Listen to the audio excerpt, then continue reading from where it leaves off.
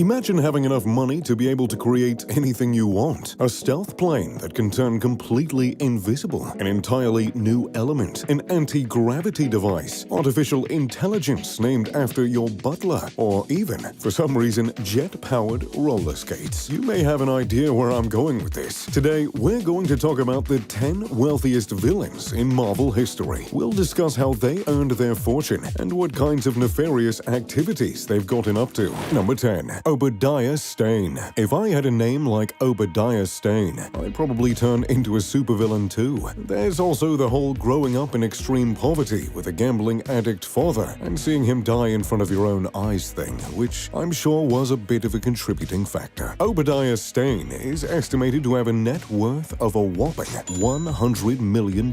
How exactly? Well, mainly crime. Obadiah, known as the Ironmonger, worked as an illegal arms dealer, running his own company, Stane Industries, not to be confused with Stark Industries. Well, except for that period of time in the comics where Obadiah took over Stark Industries and renamed it Stane Industries. Things get a bit complicated when a character has been around for more than 30 years. Obadiah was first introduced to the comics in Iron Man 163 in October 1982, although he was first introduced to the world on a much larger scale in 2008 when he appeared in Iron Man and was played by Jeff Bridges. I have to say, when I watched this movie for the first time over the weekend, it was a little startling to see the dude rip something out of Robert Downey Jr.'s chest. But you know what they say, that arc reactor really ties the room together, man. Number 9. Magneto. The jump from the 10th wealthiest Marvel villain to the 9th one is a pretty large jump in more ways than one. Magneto is estimated to be worth a staggering $900 million.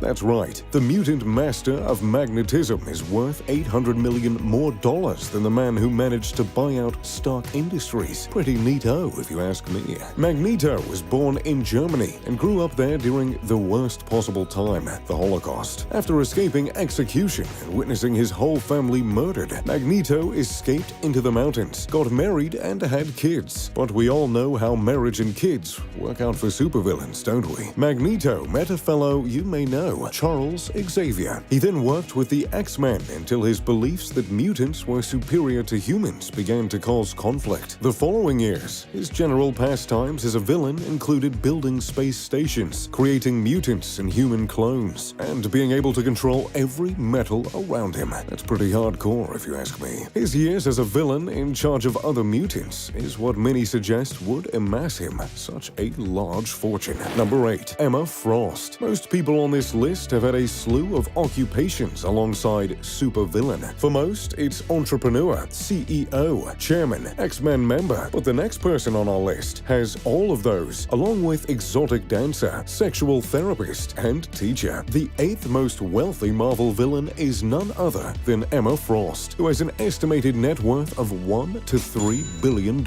Emma was fortunate enough to be born into a wealthy family, but not fortunate enough to have a father who wasn't a total jerk. Her father, Winston Frost, was the owner of Frost International, a Fortune 500 company. After becoming estranged from her father, Emma struggled with homelessness for quite some time before she used her business skills and telepathic powers to improve her life. Eventually, Emma used these powers to take control of the family business, which helped her to earn billions. Number 7. Harry Osborn. Perhaps by now you're catching on to something. Most wealthy villains were born into wealthy families. With money and superpowers comes, well, power that's used for evil. Harry Osborn, also known as the Green Goblin, is not a fan of Spider-Man, but he is a fan of money. With an estimated net worth of $10 billion, Harry inherited this from his father, Norman Osborn's multinational corporation Oscorp. And at the same time, he inherited a vendetta against Spider-Man, believing that old Peter Parker was behind his father's death. Number 6. Norman Osborn. That being said, Harry wasn't the only Green Goblin. His father, Norman, was the Green Goblin before him, all while running Oscorp as the CEO. As a CEO and chairperson, I seriously cannot fathom how Norman managed to try and defeat Spider-Man on the side. I mean, where was the time? How did he get around to all the daily meetings? I mean, truly, the mind reels. Norman has an estimated fortune that is actually the same as his son's, $10 billion,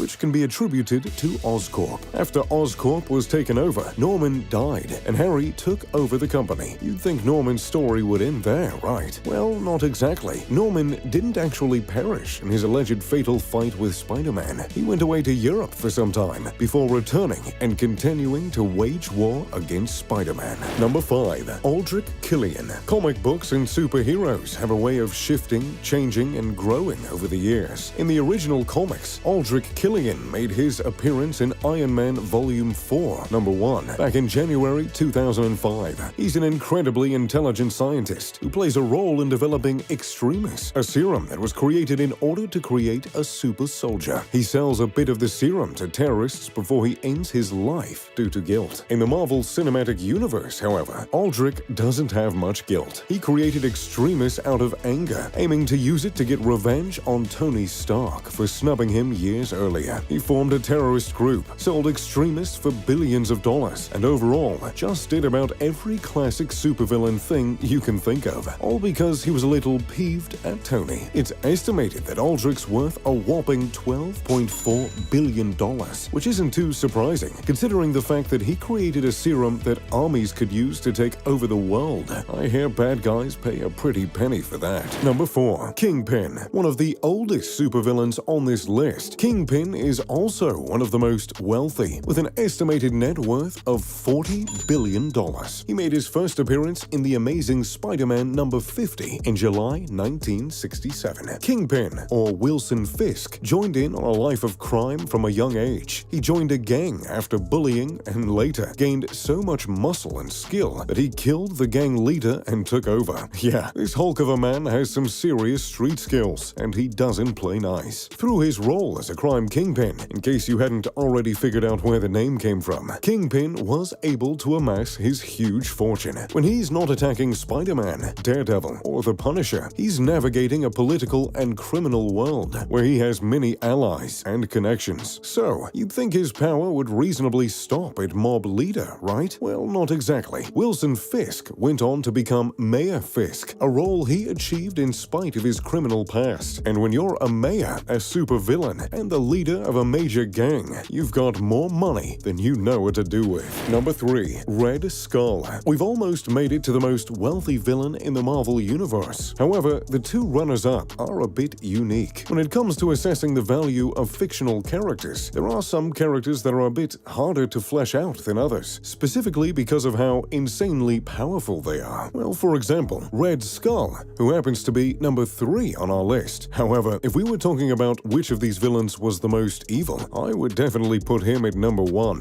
Why is that? Well, just for starters, have a look at the guy. The Red Skull was unveiled in Captain America Volume 7, Number 1, in 1941 during World War II as the main enemy of Captain America. You may see where this is going. The Red Skull was an actual German general and close friend of Hitler. Even crazier, the Red Skull killed other Nazis so he could be the top one, and then was so powerful and crazy that Hitler himself feared him. That's right, Red Skull is a really scary dude. It's hard to exactly pinpoint how much Red Skull is worth because of his sheer amount of power. He was a leader in Nazi Germany and a leader of Hydra with absolute unimaginable power at his disposal. Number 2. Loki. After talking about the baddest of the bad, it feels a bit jarring to talk about the next villain, or anti-hero, on our list, Loki. Yes, most people have grown to love this magic-wielding god of mischief, but he has taken part in a lot of mischief over the years. Because of his position as an alien and a prince of Asgard, it's a bit hard to pin down Loki's fortune, but it is certainly somewhere in the billions, definitely putting Howard Stark to shame. Number 1. Doctor Doom. Finally, we've reached the wealthiest villain in Marvel, and I must say, he certainly has the most villainous name on this list. Doctor Doom, or Victor Von Doom, is estimated to be worth $100 billion. And truly, he came a long way to be worth that much cheddar. Originally born in Latveria, he traveled to the United States as a young man and made a machine with the intention of bringing his mother back to life. The machine backfired, causing him to become extremely disfigured. He forged a mask and took on the role of Doctor Doom, promising to get revenge for the accident that caused his disfigurement, an accident that he blamed on Richest, appearance in the Fantastic Four. He went on to become the ruler of Latveria, an intelligent scientist, a master user of magic, and even a god. With the control of an entire country and funding from his illegal activities, there's no question how Dr. Doom amassed such an impressive fortune. So, there you have it, the wealthiest Marvel villains. Who do you find the most impressive on this list? And who's your favorite supervillain? Let me know in the comments down below. Thanks for watching. If you enjoyed the video, make sure to leave a like and subscribe. Oh, and maybe turn on post notifications. Now, if you'll excuse me, I've got some old comic books to dive into. As always, I'm Mr. Luxury. Pip pip, the doodly-doo.